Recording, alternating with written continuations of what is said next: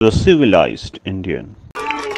बजरंगबली हमारी भारतीय परंपरा में एक ऐसे लोक देवता है जो स्वयं वनवासी है, गिरवासी हैं, दलित हैं, वंचित हैं, सबको लेकर के सभी पूरे भारतीय समुदाय को उत्तर से लेकर दक्षिण तक, पूरब से पश्चिम तक सबको जोड़ने का कार्य बजरंगबली करते हैं। इंडिया में कास्ट कितना सेंसिटिव मुद्दा है, इसका अंदाजा इस बात से लगाया जा सकता है कि अब तक 10,000 से भी ज्यादा किताबें लिखी गई हैं इस मुद्दे को लेकर के, और किसी में भी कास्ट की एक्चुअल डेफिनेशन नहीं दी गई है।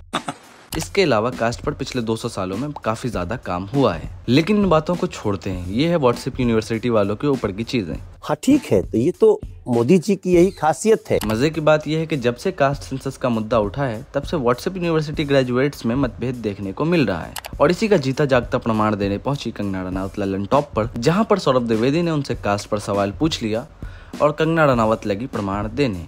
आनंद लीजिए। क्या स्टैंड है आपका जातिगत जनगणना पे? मेरा भाई स्टैंड है जो योगी जी ने कहा, साथ रहेंगे नेक रहेंगे, बटेंगे तो कटेंगे। नहीं होनी चाहिए, बिल्कुल भी नहीं। हम पता ही नहीं कौन सा एक्टर की क्या जात है, कोई पता नहीं, कुछ पता नहीं। मेरे आसपास के लोगों की कोई जात का कुछ पता नहीं। क्यों पता करना है भाई? फिर आप अफर्मेटिव एक्शंस कैसे लेंगे?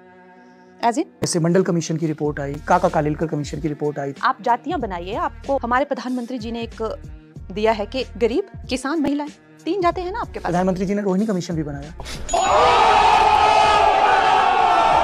3 जातियां हैं, गरीब। पर जो एनसीआरबी का डेटा आता है, दलितों पे अत्याचार होता है, घटनाएं बढ़ती हैं, इसलिए क्योंकि वो दलित हैं, या आदिवासियों के खिलाफ अत्याचार होता है। तो जब आपके जन्म की जात तो दलित पहले मतलब वो गरीब भी है ना। हाँ, जो जिस पर उन पे अत्याचार इसलिए हो रहा है क्योंकि वो दलित हैं, क्योंकि वो पिछड़े हैं, क्योंकि वो अल्पसंख्यक, क्योंकि वो आदिवासी हैं, उनकी जन्मगत पहचान की वजह से। तभी तो हमारे प्रधानमंत्री जी ने जो है, पहले जब राम कोविंद जी आए, पहले दलित राष्ट्रपति वो बने। दूसरे के.आर. नारायणन पहले थे। Sorry for my miss information. झूठ बोलो। महिलाएं वो पिछड़ा हुआ वर्ग है। मैं तो ये मानती हूँ महिलाएं पिछड़ा हुआ वर्ग है। हर जगह उनके लिए इतनी वायलेंस उनके अगेंस्ट हो रही है। क्या उनको जाति के आधार पर हम अपलिफ्ट करेंगे तो फिर बाकी जो रह गए तो फिर तो सवर्ण रह गए तो उनकी महिलाओं का रेप कर दे, उनको मार दे? नहीं ना। जो दलित महिलाएं वो अतिरिक्त पिछड़ी हुई है ना, ये तो आप मानेंगी ना। तो क्या करेंगे? मतलब आपका कहने का मतलब है कि सिर्फ उन्हीं को प्रोटेक्शन देंगे? ये तो कभी तो कोई फिर नहीं मैं तो फिर वही कह रही हूँ ना। मैं बाबा साहब अम्बेडकर ने संविधान में आरक्षण का प्रावधान क्यों रखा? संविधान सभा ने क्यों पास किया? क्यों बीजेपी की सरकारों ने भी उसे 10-10 साल के लिए आगे बढ़ाया? हाँ, तो वो तो खैर I am aligned with BJP this thing. मैं आरक्षण के खिलाफ नहीं बोल रही हूँ, लेकिन फर्दर मोर आप उस पे कह रहे हैं। जो आरक्षण है वो तो हमारी सरकार ने दिया हुआ है। तो जातिगत जनगणना ताकि सांख्यिकी दुरुस्त हो और उसके हिसाब से। लेकिन जब एक डॉक्टर जो अपने हॉस्पिटल में रेप होती है, तो क्या आपका दिल उनके लिए नहीं दुखता कि वो पिछड़ी हुई नहीं है इसलिए? ये महिलाएं जो जी की मैं कह रहा हूँ कि जंगल में आग लग रही है, आप कह रही है कि पीने का साफ पानी नहीं मिल रहा है, दोनों विषय हैं। अगर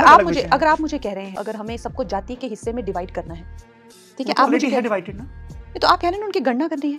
देखिए आप अपना जो आपका व्यू है, मैं मत आप लॉ मेकर हैं मेरे देश की, मैं आपका व्यू जानना चाहता हूं। My view is not important. I am in favour of my मेरी जो पार्टी है उनका जो पॉलिसी है about reservation, I totally agree with them. Going further, महिलाओं की सुरक्षा, किसान के लिए और गरीबों के लिए, ये 3 ही कैटेगरी होनी चाहिए गोइंग फॉरवर्ड, अगर हमें प्रोग्रेसिव बनना है तो। मैंने तो इतनी जगहों पे देखा हुआ है कि जातियां हैं जिनको दलित माना जाता है, नहीं भी माना जाता है, जो स्वर्ण भी हैं वो भी पिछड़े में आ जाते हैं।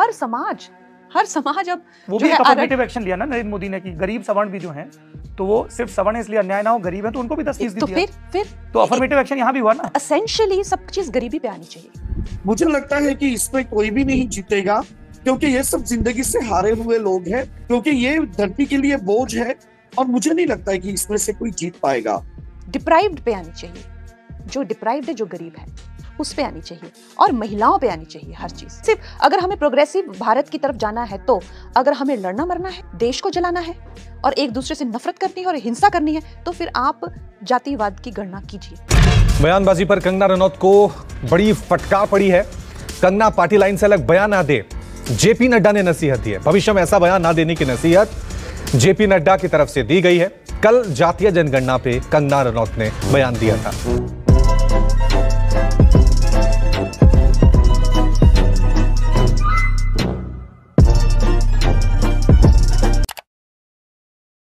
और इसलिए मैं हमेशा क्रिटिसिज्म का स्वागत करता हूं। आलोचना अनिवार्य है, वरना लोकतंत्र बर्बाद हो जाएगा जी। अभी मैं गाली नहीं दे सकता। नहीं, गाली नहीं देना। फैमिली देखती है, वरना मैं ऐसे गाली दूं, ऐसे गाली दूं ना, जिंदगी भर याद रखें।